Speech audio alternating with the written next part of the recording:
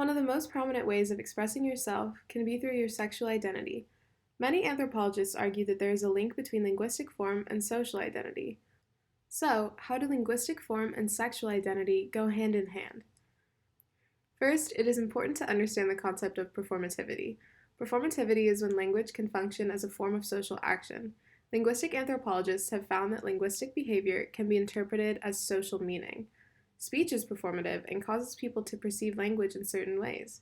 For example, binary genders such as male and female are generally assumed when hearing someone speak. When thinking about sexuality and language, many anthropologists have found that people think they can tell if someone is gay by simply hearing them speak. In many cases, listeners connected having a higher pitched voice and seeming less masculine to being gay. Linguistic anthropologist Jeremy Calder conducted a study on the role of language for drag queens in San Francisco. His findings agreed with the idea that listeners who had normative beliefs of gender saw higher pitched voices as sounding gay and less masculine. He also found that sounding gay was connected more with white urban accents and less with the speech patterns of immigrants and gangsters. Speech can be seen by many people as a marker of an individual's sexuality. Assuming someone's sexuality is not something that should be normal. Assuming someone's sexuality based on their linguistic form doesn't really make a whole lot of sense and can be problematic.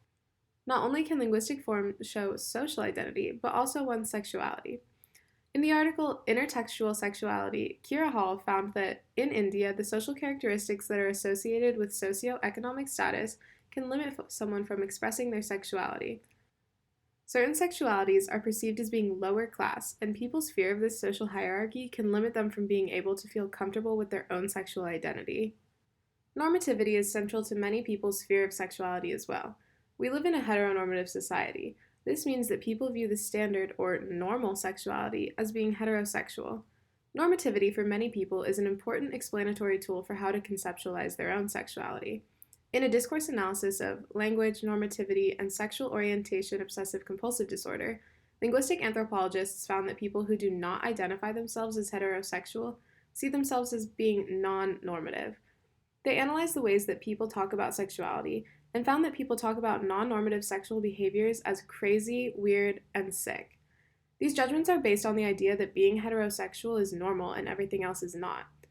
In the same article, they found that people want to prove themselves to be straight because they don't want anyone to think they are non-normative. In one case that they examined, a man talked about how he would watch gay porn until he was so disgusted by it that he could no longer watch it, in order to prove to himself that he was heterosexual. While this is a very extreme case, the fear of straying from what is seen as normal is common for many people. I interviewed one of my friends, Robin, and asked her about her experience of being gay in a heteronormative society, and here's how it went.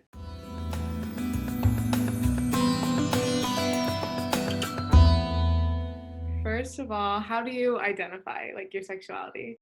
I identify as lesbian or gay. I find them to be interchangeable. When did you know you were gay? It's a complicated question. Yeah. I kind of always knew.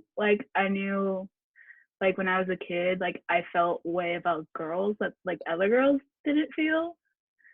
So I didn't know what it was because I didn't have any examples growing up. So when I first came out, I actually came out as bi because I knew I was attracted to women. And I thought, well, I was like, wait, I'm attracted to men. But, a year later, I realized that was just society telling me I should be attracted to men. Did you feel like it was something that you could talk about or no? God, no.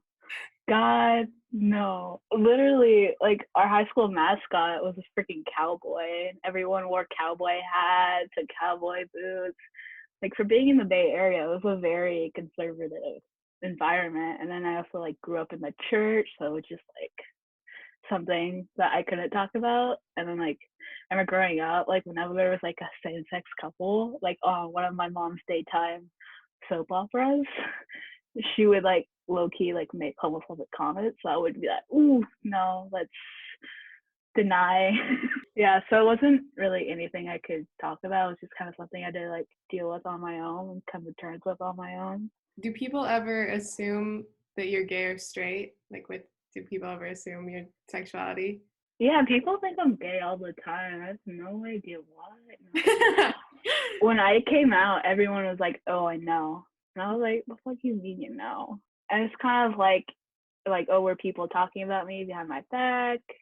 And then it's like it brings on more anxiety. So if someone ever comes out and you're like, "I know," just don't say that. Don't say that. Yeah. Cause yeah, it's like, okay, you didn't know until I told you right Wait, now.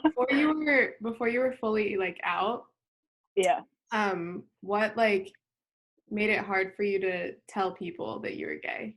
just like the fear, you know, because I had these friendships and like coming out to someone is the most terrifying thing that I've ever done in my life. I waited until my best friend, she's a year older than me, I waited until the night before she left for college to tell her Oh, because wow. I was so afraid.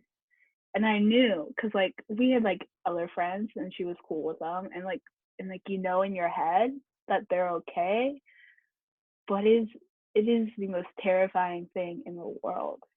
Like telling like your friend like this is who I am. Like, are you okay with that? Like that's super terrifying. When like someone like before I thought you were straight or like normal, I liked you, but since you're attracted to like the same sex, I don't want you in my life, even though that has nothing to do with our friendship. Is there anything that you would want to say to people who are scared to open up about their sexuality?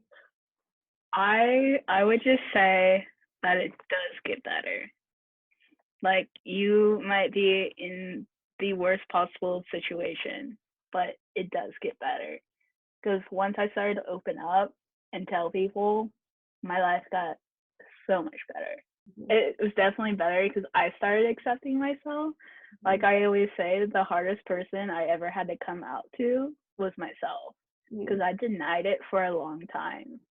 Like I still remember, like I had to write it down in my notes app, like when I admitted it, and it's because I couldn't say it out loud because I was so Yeah. scared.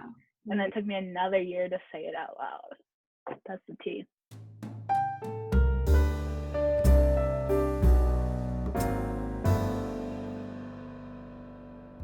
As you can see, after hearing what Robin went through, it is not easy being gay in a heteronormative society.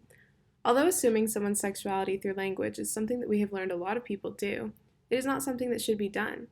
Sexuality is a very personal thing, and the fear of being non normative can have a huge impact on how comfortable people are with their own sexualities.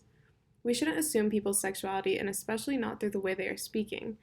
When you assume that someone is gay, straight, or any other sexual identity, you are automatically assuming more about them than just how they identify. It doesn't feel good for them, and it shouldn't be something that is acceptable in society today. Although we live in a heteronormative society, you should think twice before assuming someone's sexuality through their language.